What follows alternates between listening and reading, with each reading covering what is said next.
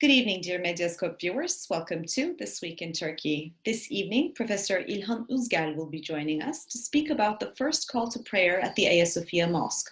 We will also be talking about the symbolism behind the reconversion decision. Then, Professor Yaman Akdeniz will be joining us to comment on the social media bill prepared by the Justice and Development Party and how it will affect freedom of expression in Turkey. We begin our broadcast with the images from today's first call to prayer at the Hagia Sophia Mosque. This was the first call to prayer in 86 years. The prayer was led by the Religious Affairs Directorate head, Ali Erbaş. Thousands flocked to the site to attend the prayer. President Erdogan recited the Quran. Erbaş appeared at the pulpit with a sword in his hand, the symbol for Ottoman conquest. Professor İlhan Uzgel is with us to speak about today's opening. Good evening, Professor Ülgel. Thank you so much for joining us this evening. It's a pleasure. So we watched the first call to prayer at the Hagia Sophia Mosque earlier today. We looked at the images from the location. What are your first impressions from these moments? Well, actually, it's been one of the biggest showcase of political government, political rule in Turkey, that the Islamists yearning for so many decades that Hagia Sophia should turn into a mosque. So at the end, they reached that goal through capturing the political power in Turkey. This represents a historic moment, not for everyone in Turkey, but for those who strongly attached to the symbolic importance of this magnificent building. Actually, it has no Islamic value at all. That's a church which was built sometime before even Prophet Muhammad was born. Even the Turks moved into Anatolia. So it's an important place for Christianity probably, and for the Orthodox, not for the Muslims. And I'm totally shocked that radical Islamists in Turkey, they're rushing to join the Friday prayer in and around Hagia Sophia. I mean, as you know probably that, from our childhood, we always heard the news that, heard the people saying that, religious people saying that Islam is a simple religion. I mean, there is no clergy, the symbolic things are not that important. It's a kind of a relationship that you establish with yourself and God, Allah. So even a specific mosque is not identified or defined in Islam. So a mosque is a place where Muslims pray. That's all, in fact. So the political uses of religion has reached to a moment and to a point that it has expressed itself in a kind of a struggle against the secular republic, and a political move which is so simple actually to consolidate the evaporating base of Islamist voting. So it has multiple purposes for a leader and for a political movement whose political base is already shrinking, which was one of the last attempts to gain control of the Islamist electorate, and it has some kind of a further meaning for the Islamists that Hagia Sophia is a kind of a constructed imagination of the Turkish nationalist conservative Islamists. I mean, it's by itself, it's nothing to do with religion, with Islam. It's just a building. But a religious, a sacred meaning was attached on this building. So it has turned into a kind of a Islamic part of an Islamic discourse of suffering Muslims, although it has nothing to do with that, because there are about more than 3,000 mosques in Istanbul alone, which is almost all of them are empty. People, I mean, Muslims do not pray 5 times a day as God ordered them to do. But when it comes to political and nationalistic symbols, which is not a religious symbol, I mean, it was not constructed by the Muslims. You just turned a cathedral into a mosque. I mean, that's the thing. So you created a whole affair from an amazing architecture to a political instrument. So that's the part of the story of Hagia Sophia. And Erdogan has marked his name into history with all other leaders like Justinian or Justinianus, who built it, who ordered its built, Fatih Sultan Mehmet, who conquered it and turned it into a mosque, Kemal Atatürk, who turned it into a museum, and Tayyip Erdogan, who turned it into a mosque again. So he has become one of the 4 names that put his mark on the history of this beautiful architectural place. Yes, that's really interesting that you put it that way. As a matter of fact, today's opening was underlined over and over again in the media, especially as a historical moment. And in that sense, yes, Erdogan has marked his name in history, if you will. But other than perhaps this type of symbolic, marcation in history, are there other political benefits to this decision? I mean, we've seen the AKP government use these religious symbols as a form of, identity politics, based on symbols, but yet this decision didn't really create a type of polarization in the country or create a reaction within the nation in and of itself. So what other perhaps political benefits would Erdogan be looking for? I think that the biggest benefit for Erdogan, it's a psychological aspect of it, that Erdogan has carved his name into the history of this building. That's kind of an important thing for the Muslims. I'm a overly secular person. I don't know how to put it otherwise. So it doesn't mean anything. I don't have any kind of a sentimental attachment to this building, except that I really admire the technology, the way those 2 architects built it in the 6th century, which I find definitely amazing and inconceivable, actually. But other than that, this magnificent piece of architecture has turned into a battlefront of cultural wars, a culture kampf in Turkey. And using the state power, Erdogan has won a battle here, and we should accept that. So he had this power especially for the last 10 years, for the last decade. So he used this power to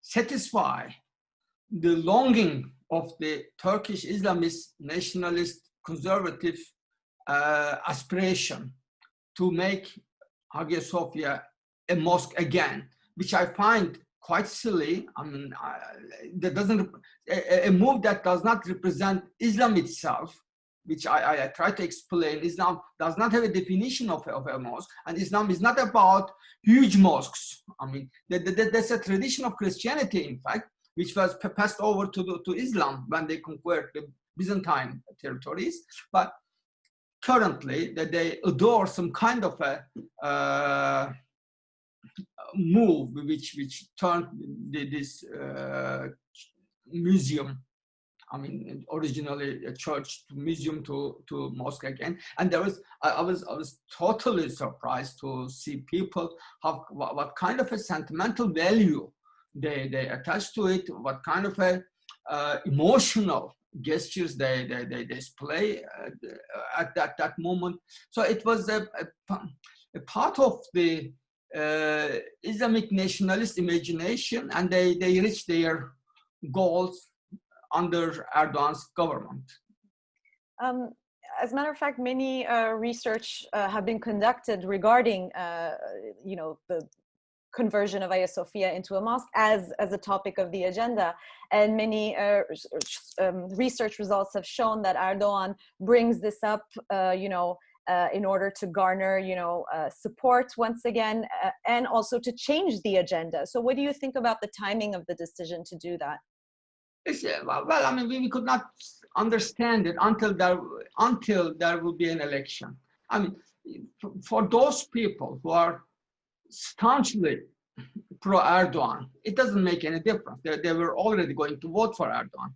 And for those who are not satisfied with Erdogan's government, it's the recent economic downturn. I don't think that it has a kind of an effect on their voting behavior. So if Erdogan is expecting any kind of short-term political benefit from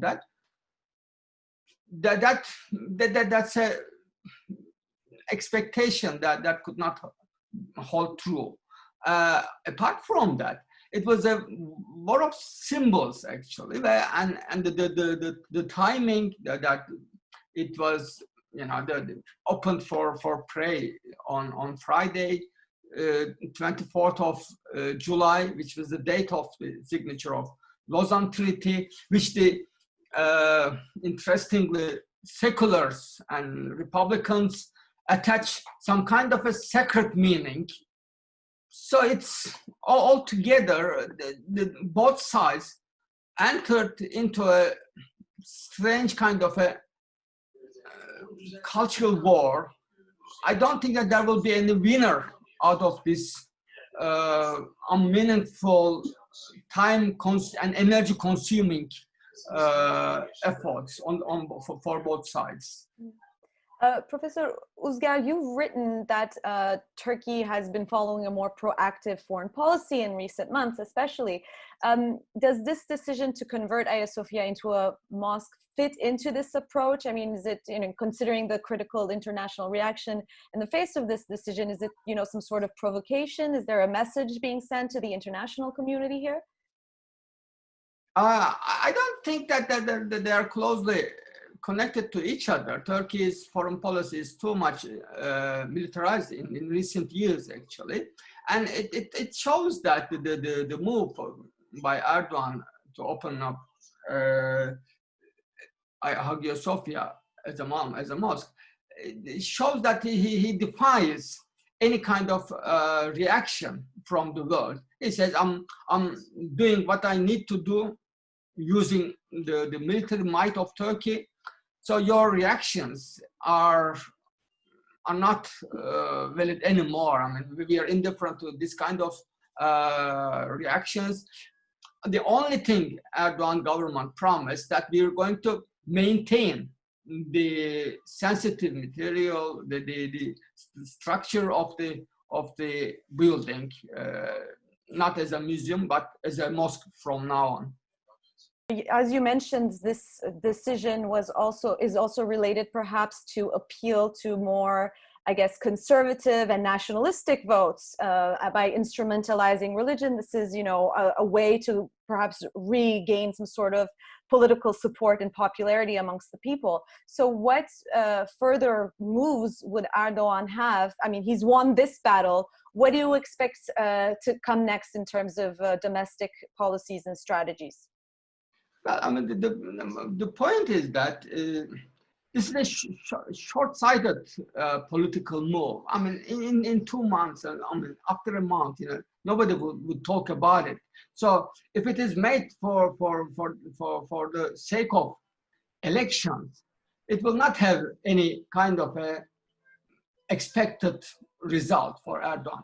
But in the as an imagination of making politics that if they consider it as a long-term achievement of the Islamists, because even if the Erdogan government has to step down for any reason, I mean losing the elections, any political party that comes to power like CHP, which is supposed to be a secular party, I mean, they could not turn it into a museum again. That's the point.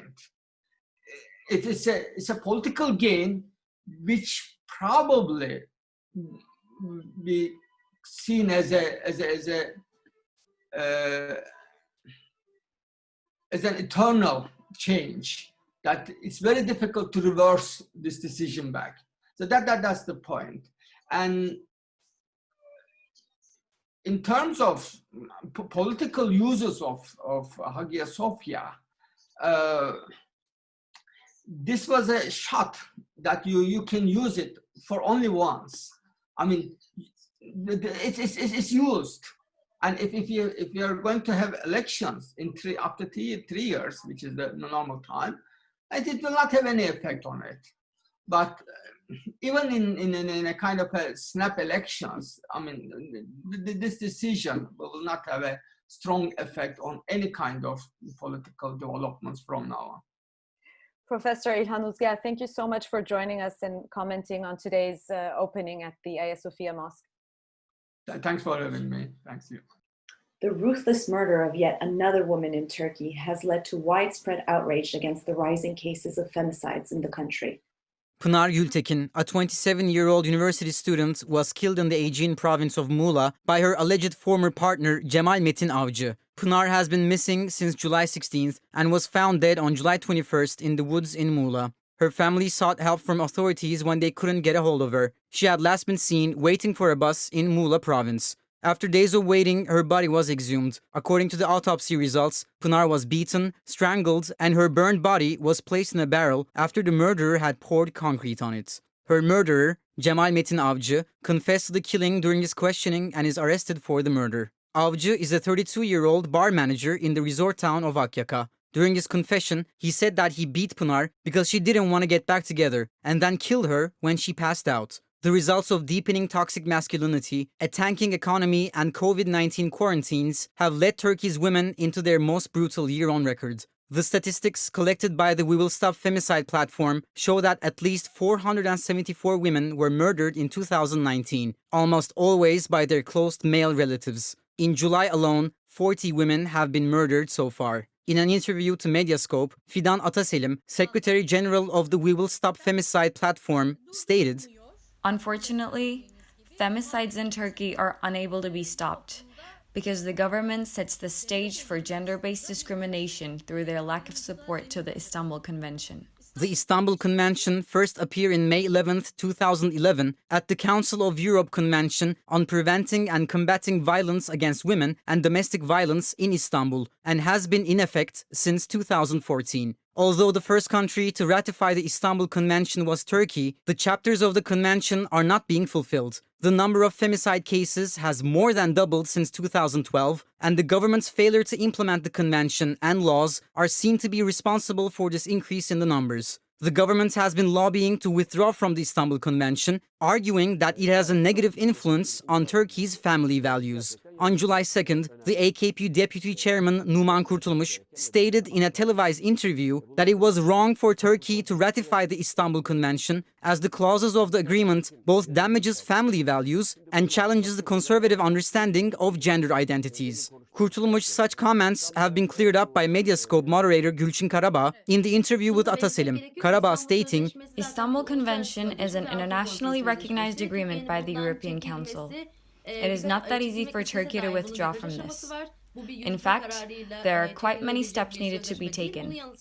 This is not an agreement that can be withdrawn through an executive order. The public took their outcry to the streets and social media to express their anger and grief. On Tuesday, many groups protested in different cities. Among them were many women who hit the streets and took over social media. Protests for Gültekin and other femicide victims were held in various cities across the country, including the Beşiktaş neighborhood of Istanbul, where women screamed, "We are here, Pınar. We will hold them accountable." Among the other cities that carried out protests for Pınar's murder, there has been reports of police brutality used against the protesters. Meanwhile, grief and anger continued to flood through social media with hashtags like Justice for Pınar Gültekin, as well as renewed calls for the government to apply the articles of the Istanbul Convention. According to a study conducted in Europe, the COVID-19 testing kits developed in Turkey and used in hospitals to determine positive cases allegedly only have 40% of accuracy.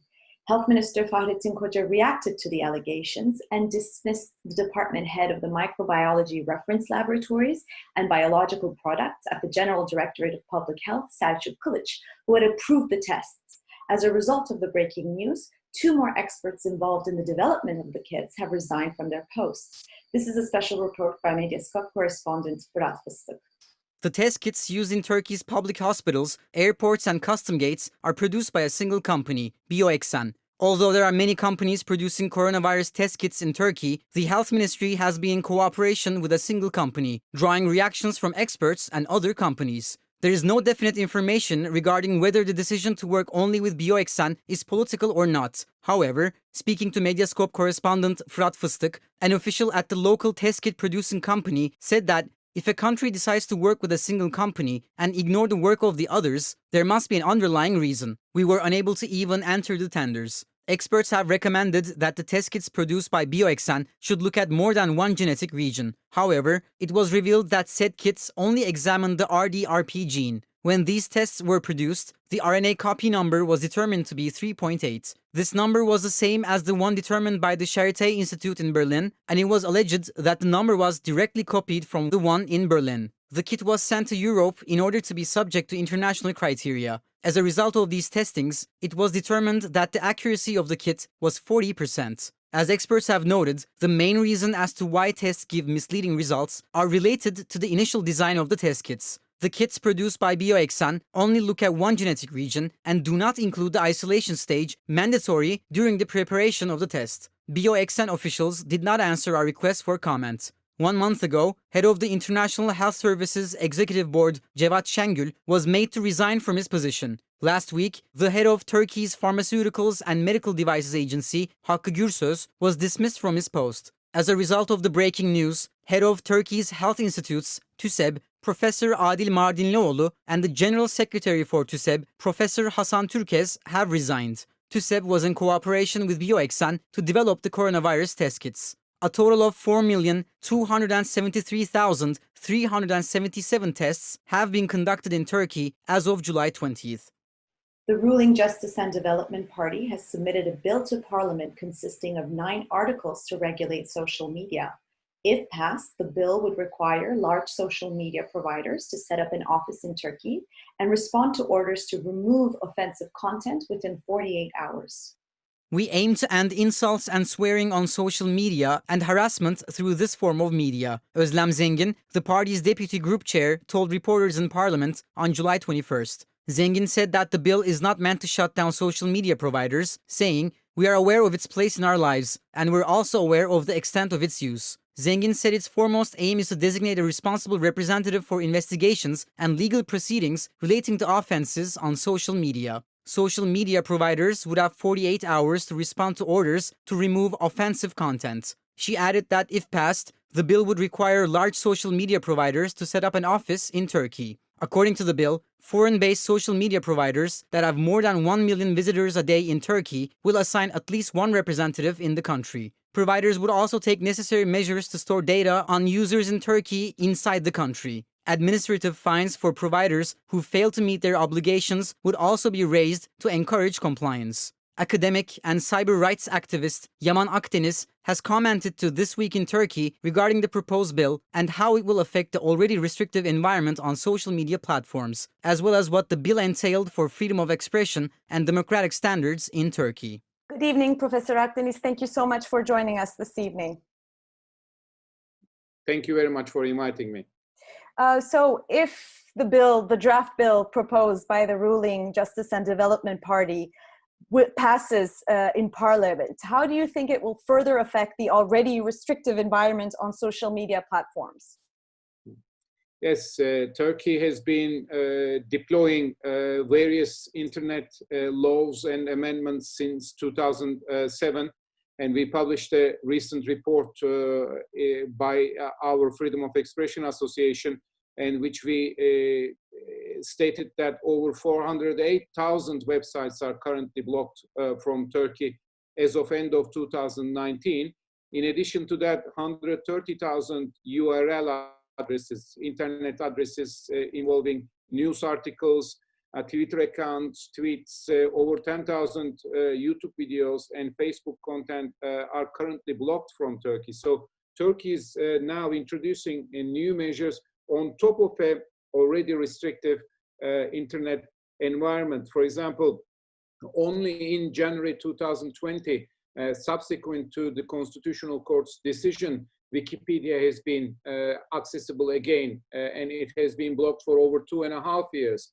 Currently, news portals such as Oda TV and independent UK's Turkey branch are blocked from Turkey. So Turkey not only wants to regulate further the social media platforms, but there are considerable restrictions on media websites and news portals already in Turkey. So on top of this already restrictive environment, Turkey is introducing two important measures. One of them is, in addition to the blocking provision that the judges in Turkey on a daily basis block access to content, but in addition to blocking, they are also now proposing the removal of content. So content will not only be blocked from Turkey, but will be subject to removal orders.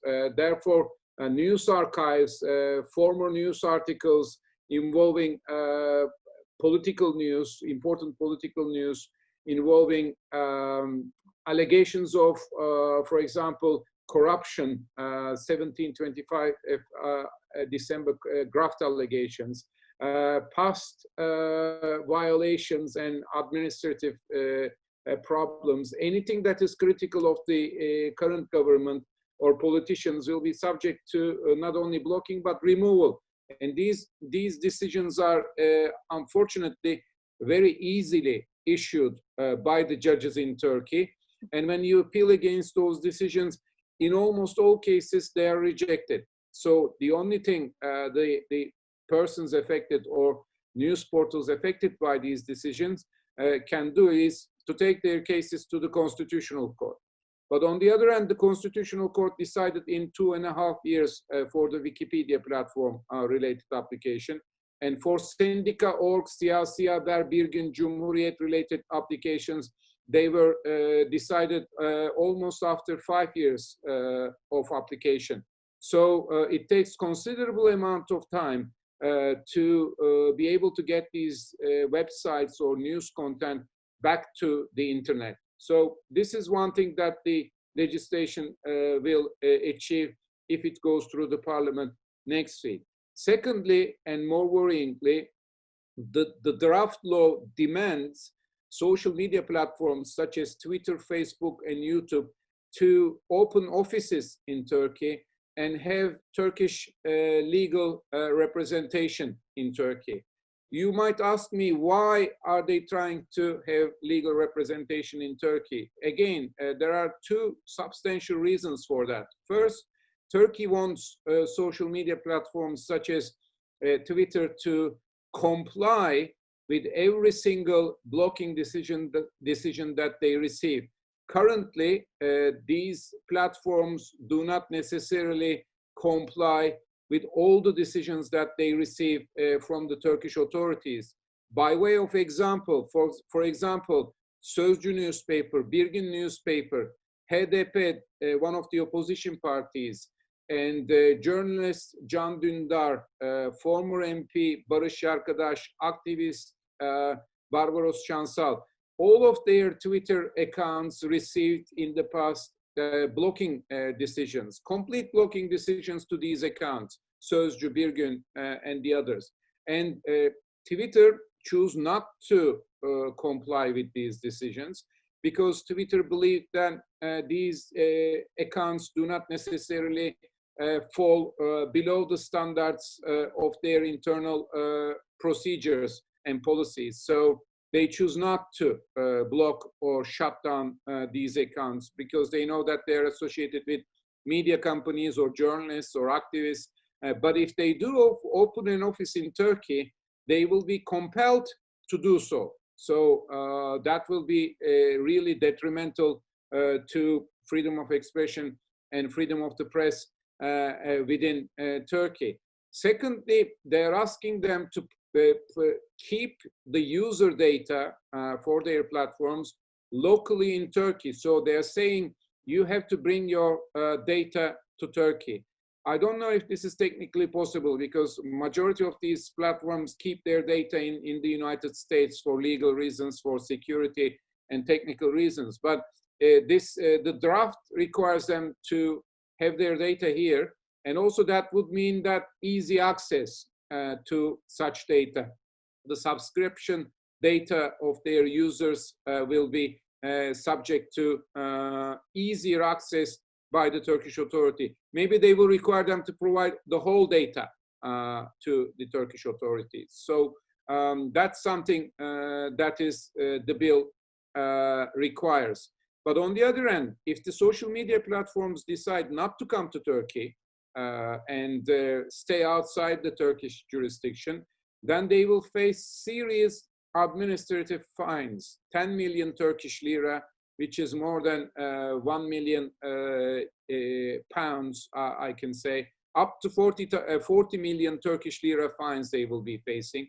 And if they don't pay the fines, it will get worse for them, because they will then be facing bandwidth restrictions. So they're not going to block completely access to the platforms, but they're going to ensure that they're unusable from Turkey. So, for example, again, by way of example, you are going to try to watch a video clip on the YouTube platform. It will stop after 3 seconds, or you will be able to send a tweet, but you won't be able to send photos.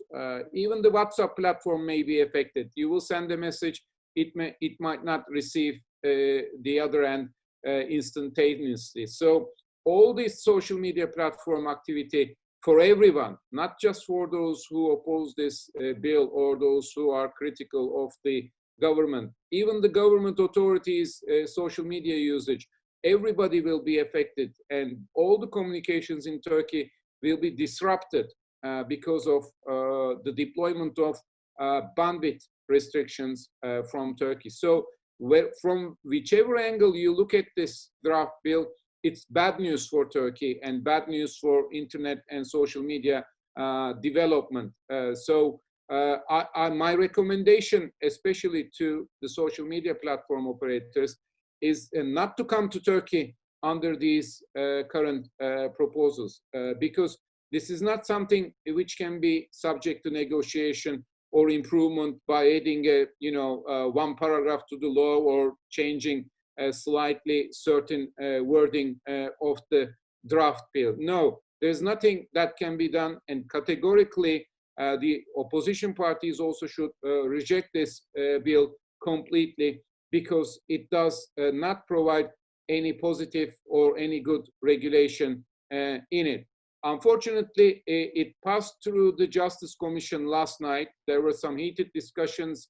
Both CHP and HDP seriously opposed the bill, but because of the majority AKP has in the government, it did pass through the commission, and it is expected that it will come to the General Assembly of the Parliament next Tuesday, and before Bayram, before the holidays, it will, by Thursday morning, I expect this to become law, unless something unexpected happens. And for example, if the social media platforms such as Twitter or Facebook make an announcement that they're not considering coming to Turkey under these circumstances, that may be a powerful statement that might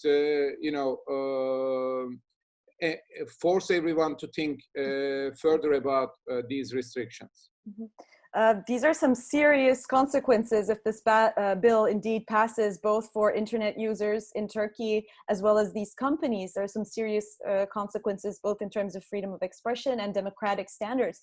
But as you know, I mean, and you provided the examples, there have been many internet restrictions, many websites that are already blocked, and removal of content and so forth. And Turkish users have found ways to access Wikipedia for example at some point with VPNs or Tor users. So if this bill passed, these still be alternatives in order to access content online?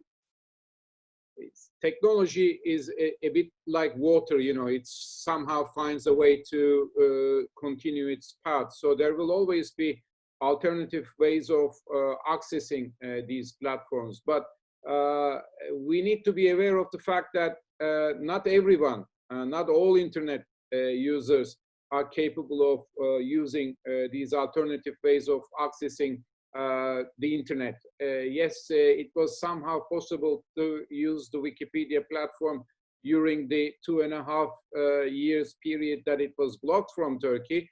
But again, statistically numbers go down because not everyone is capable of using a VPN server, or maybe use it on your laptop, but not on your iPad or on your mobile phone or on your laptop. It is important to also note that Turkey already blocks access to a considerable number of VPN services as well. So that has started to take place. And they know that people are using these alternative methods. Tor browser is blocked, its website is blocked from Turkey, even though there is no judicial decision blocking access to the Tor website. But it's therefore not as easy as it was, say, in 2008 when YouTube was blocked from Turkey. Everybody knew how to change their DNS numbers, but the technology for blocking and restricting bandwidth developed, and Turkey unfortunately invested a lot in terms of these intrusive blocking systems, and they will do whatever they can to ensure that websites and platforms are inaccessible from Turkey.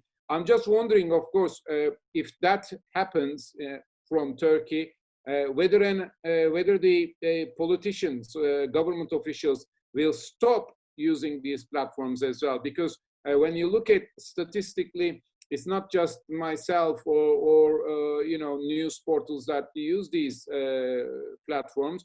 Government officials heavily rely on the social media platforms to disseminate their views and to share information with the public. So it's not a system that is designed to be used by those who are critical about the government, or only the opposition parties use. When you look at including President Erdogan and a lot of AKP politicians make excellent use of these platforms for communication, especially during the COVID-19 period. We might face a second, pandemic, and we might be forced to stay at home again from September. If that is the case, then the availability and accessibility of social media platforms will become even more crucially important. So it is a dangerous path that the government is leading towards, which will certainly be detrimental to Turkey's reputation and interest. On the other hand, of course, if the social media companies decide to come to Turkey, their reputation will be affected as well. They will be criticized by the likes of European Union, Council of Europe, even at the United Nations level. So if they come to Turkey, then they will be asked to go to Kyrgyzstan, Turkmenistan, Kazakhstan, Azerbaijan, even less democratic countries compared to Turkey. So they will be compelled to go elsewhere and open offices as well, which is something I don't think they want to do in the very near future. Mm-hmm. It's interesting that you also mentioned that it's not only the opposition or alternative media outlets that are using, social media platforms in order to disseminate their messages, but the government itself, especially President Erdogan has used social media in order to reach younger voters, particularly. So I'm imagining this decision won't necessarily go well. I mean, he already has a very low popularity rate amongst these younger generations, and in addition to this bill, I'm assuming this is not going to go down well with those youngsters.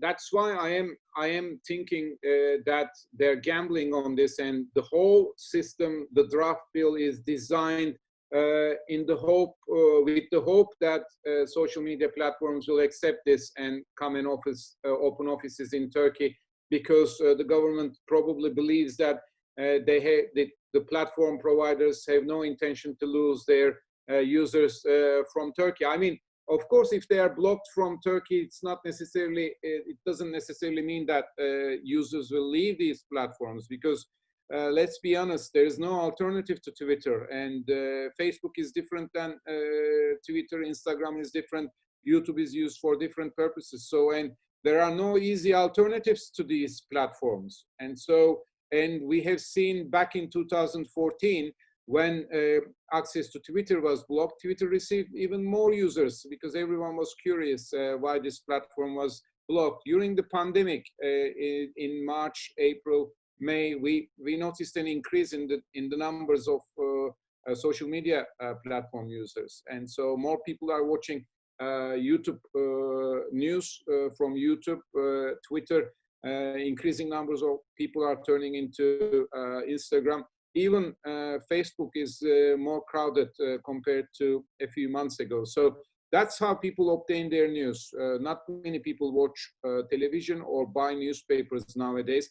And because you don't want to wait till tomorrow morning when your newspaper is delivered, or you don't want to wait 8 o'clock news in the evening to find out what happened in Turkey or what happened in the world elsewhere, especially during the pandemic, because news was important, access to information was important, still crucially important, because things happen very quickly on a daily basis. So what do? We turn to social media platforms and we obtain our news and information from them.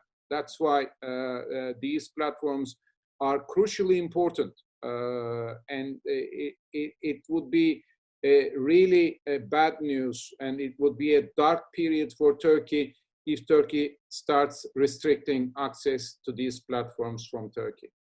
And just as a technical question, how long do these social media platform providers have once the bill passes to make their decision as to whether or not they're going to leave the Turkish market? The social media platforms need to make a decision within 3 months. So within 3 months, they need to establish their offices from Turkey if they are coming to Turkey. And they need to find Turkish citizens as their legal representation. So it cannot be a US citizen sitting in San Francisco saying that I am the legal representative for Turkey. So they want somebody here. And that will be a very challenging and difficult job if they manage to find somebody to take that position. Because, I mean, we need to be aware of the realities of what happens in Turkey. It doesn't say this in the bill, but if you don't comply with a court order, say within 4 hours, then your offices can be raided in Turkey. You could be detained, even worse, you could be arrested, and then there will be allegations that you are a member of a certain terrorist organization, or a member of a series of more than one terrorist organization at the same time. So it's not, Turkey, unfortunately, is an hostile place for internet and social media development at the moment. If it wasn't hostile towards internet and freedom of expression, these companies would have already invested in Turkey, and they would have invested. And I mean, it's not a social media platform, but we are experiencing and reading about the difficulties the Netflix platform in Turkey is currently facing, for example, because RETÜK, the Radio Television Supreme Board, is interfering with certain programs at the development production stage. So not only not after production, but at an early stage. So this is what we call prior restraint. You know, at an early stage, they're censoring content. So these companies really struggle to do business under these restrictive legal environment in Turkey. Yes, so I guess we will be following the developments really closely as they will be coming in the upcoming weeks, and hopefully we'll get another chance to speak with you, Professor Akdeniz. Thank you so much for joining us this evening. Thank you. Bye-bye. Netflix rebuffed reports that it will be closing down its services in Turkey after the production of one of its upcoming local dramas, which featured a gay character, was canceled because of government interference.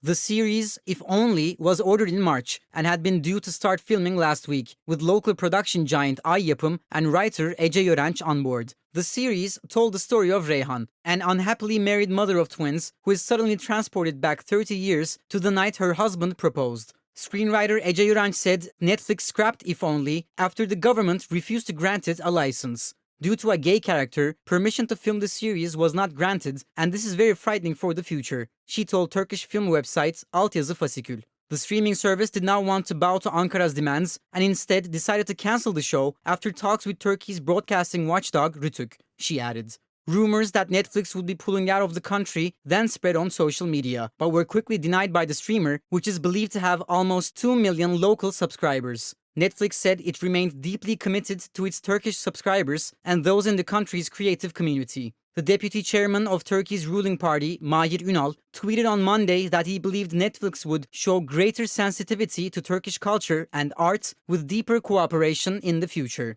The move comes amid concerns over a rise in anti-LGBTQ+ rhetoric from Turkey's political and religious leaders. While homosexuality has been legal throughout modern Turkey's history, official opposition to the LGBTQ+ community has grown in recent years. The Istanbul Pride March has been banned for 5 years in a row. Seyfi Dursunoğlu, better known as his drag character Huysuz Virjin, has passed away on July 17th at the age of 87. Dursunoğlu was hospitalized 15 days ago after suffering from a stomach problem and spent the last 3 days in intensive care due to respiratory failure and multiple organ failure. He had chronic obstructive pulmonary disease. Dursunoğlu was most famous for portraying the character Huysuz Virjin, a transvestite singer. He debuted his Huysuz Virjin character in 1970, performing at casinos, and later became a nationwide star, topping television ratings in 90s and 2000s. In 2007, Dursunoğlu announced that he could no longer portray Huysuz Virjin due to the pressure applied by Turkey's broadcasting watchdog Rütük.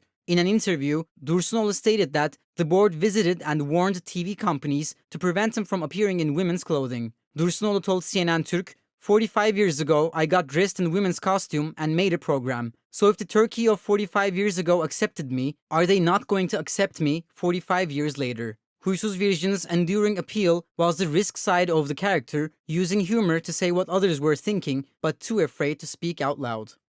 Turkey on July 20th commemorated victims of an ISIS suicide bombing in the Suruç district of the southeastern province of Urfa, as the search for justice continues in its 5th year.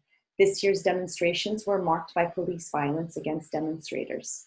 Upon the call of the Socialist Youth Associations Federation, around 300 young people came together in Suruç, in the southeastern province of Urfa, on July 20th, 2015. They were there to bring toys and humanitarian aid to Kobane in Syria, which was saved from ISIS. While they were in front of the Amara Cultural Center to give a press conference, a suicide bomb attack was carried out. 33 people lost their lives in the attack. Abdurrahman Alagöz, a Turkish jihadist, carried out the attack. A confidentiality order was imposed on the file on July 23, 2015, on the ground that the examination of the documents in the file would jeopardize the purpose of the investigation. News reports following the attack pointed to how the bombing could have been prevented, since authorities had the necessary intelligence on ISIS militants. No progress has been made in the case into the bombing, even though 14 hearings were held at the Urfa 5th Heavy Penal Court. The sole suspect of the bombing, Yakup Şahin, hasn't been brought to court. Police attacked the commemoration ceremonies and marches in Ankara, Istanbul, and Suruç this year. Intervening against the groups with pepper spray and rubber bullets, the police battered and detained several people in rear handcuffs. Images recorded by demonstrators, citizens, and video journalists demonstrate the excessive force used by police officers. That's all from This Week in Turkey. Next week, Edgar Shar will be joining you from our Medyascope studios. Good night.